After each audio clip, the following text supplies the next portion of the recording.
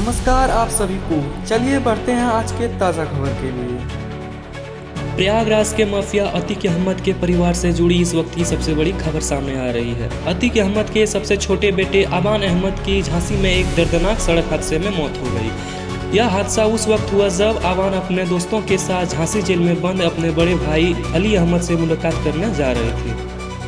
Car की रफ्तार करीब 120 किलोमीटर प्रति घंटा थी। अचानक नियंत्रण खोने की वजह से गाड़ी हाईवे पर सीमेंट के डिवाइडर से बुरी तरह से टकराई, जिससे कार हवा में लगभग 7 फीट उछल गई।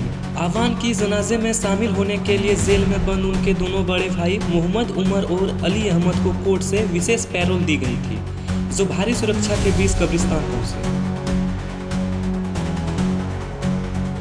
यूपी विधानसभा में नया सख्त कानून पास हो चुका है। अब राज्य में पेपर लीक करने वालों और लव जिहाद के दोषियों को सीधे उम्र कैद की सजा मिलेगी।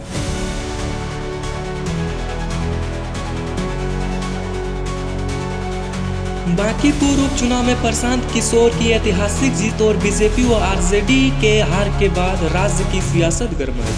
तेजस्वी यादव ने इस हार को नीतीश कुमार की नकारात्मक राजनीति का नतीजा बताया। पटना सिटी में एक तेज रफ्तार बेलगाम बस से कुचलकर युवक की मौत हो गई। इसके बाद गुस्साए लोगों ने NH-30 जाम कर दिए। बस में आग लगाकर और पुलिस की 3 गाड़ियों को भी फूंक दिया। सहरसा में शिक्षा विभाग के घूसखोर DPO अजीत अमर के ठिकाने पर आर्थिक अपराध इकाई ने आय से अधिक संपत्ति के मामले में ताबड़तोड़ छापेमारी की। इसके अलावा बेगूसराय में अंचल कार्यालय के एक क्लर्क को निगरानी विभाग ने गिरफ्तार किया। मुंगेर में खनन विभाग द्वारा अवैध परिवहन के आरोप में पकड़ा गया 11 लाख से अधिक जुर्माने वाली एक ट्रक पुलिस थाने से ही गायब हो गई, जिसके बाद SP ने जांच के आदेश दिए।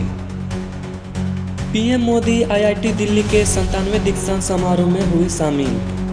PM मोदी करेंगे AI सुपर कंप्यूटर परम प्रज्ञा का उद्घाटन IIT दिल्ली के 97वें दीक्षांत समारोह में। E20 पेट्रोल के खिलाफ देशव्यापी मुहिम छिड़ गई है। ये शनिवार में शुरू होगी टाउन हॉल बैठक। आम आदमी पार्टी के नेताओं ने E20 पेट्रोल के खिलाफ देशव्यापी अभियान शुरू कर दी है।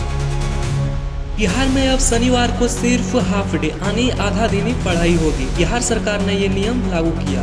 बिहार में अब 31 अक्टूबर तक पूरे शिक्षकों का ट्रांसफर का काम किया जाएगा।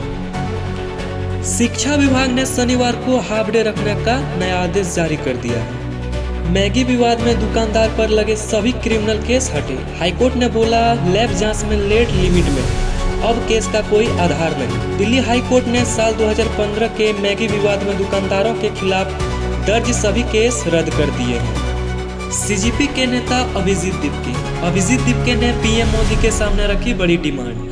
उन्होंने कहा कि इस बार के स्वतंत्रता दिवस 15 अगस्त पे Gen Z पे भाषण होना चाहिए। अभिजीत दीपके ने PM मोदी से 15 अगस्त की स्पीच को लेकर एक रिक्वेस्ट की है कि इस बार का जो भी स्पीच होगा वो युवाओं और Gen Z पर होगा। हेलो एवरीवन, 15 अगस्त आ रहा है। हर इंडिपेंडेंस डे को हमारे प्राइम मिनिस्टर रेड फोर्ट से भाषण करते हैं। तो इस बार हम चाहते हैं कि प्राइम मिनिस्टर का जो स्पीच है वो जेन जी के लिए हो, यूथ के लिए हो। प्राइम मिनिस्टर नरेंद्र मोदी अपनी स्पीच में इस बार 15 अगस्त को बताए कि वो जेन जी के लिए क्या कर रहे हैं, यूथ के लिए क्या कर रहे हैं और कैसे वो इनको एक बेटर फ्यूचर प्रोवाइड कर सकते हैं। और मैं आप लोगों से भी रिक्वेस्ट करता हूँ कि अगले 1 हफ्ते तक प्लीज़ आप सभी लोग प्राइम मिनिस्टर से रिक्वेस्ट करिए कि इस बार उनकी जो स्पीच है वो आप लोगों के लिए होनी चाहिए, यानी कि जेन जी के लिए होनी चाहिए, यूथ के लिए होनी चाहिए। Thank you. स्वतंत्रता दिवस के मद्देनजर दिल्ली मेट्रो में 9 से 16 अगस्त तक सुरक्षा व्यवस्था कड़ी की जा रही है। यात्रियों को सलाह दी गई है कि वे अतिरिक्त समय लेकर घर से निकलें, क्योंकि सुरक्षा जांच के कारण लंबी कतारें लग सकती है। अगर आप भी जा रहे हैं मेट्रो स्टेशन तो आप अपने अतिरिक्त समय लेकर के जाइए।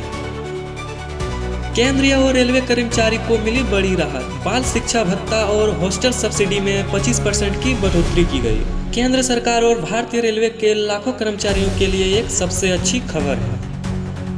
आज का अगला अपडेट, संसद के दोनों सदन 10 अगस्त तक के लिए स्थगित कर दिया गया है। हंगामे के बीच लोकसभा में MSME विधेयक पारित हो चुका है। हंगामे के बीच लोकसभा में MSME संशोधन विधेयक पास। कारोबार के आधार पर भी तय होगा उद्यमों का वर्गीकरण।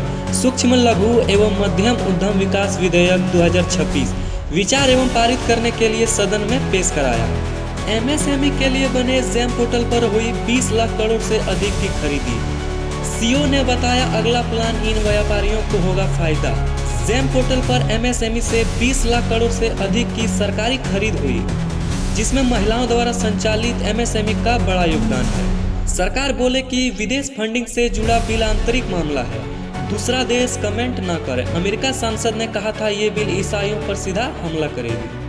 फ्यूल में मिलाने के लिए अमेरिका से इथेनॉल का आयात नहीं होगा। केंद्र सरकार ने कहा कि जो भी इथेनॉल होगा वो भारत में ही बनेगा।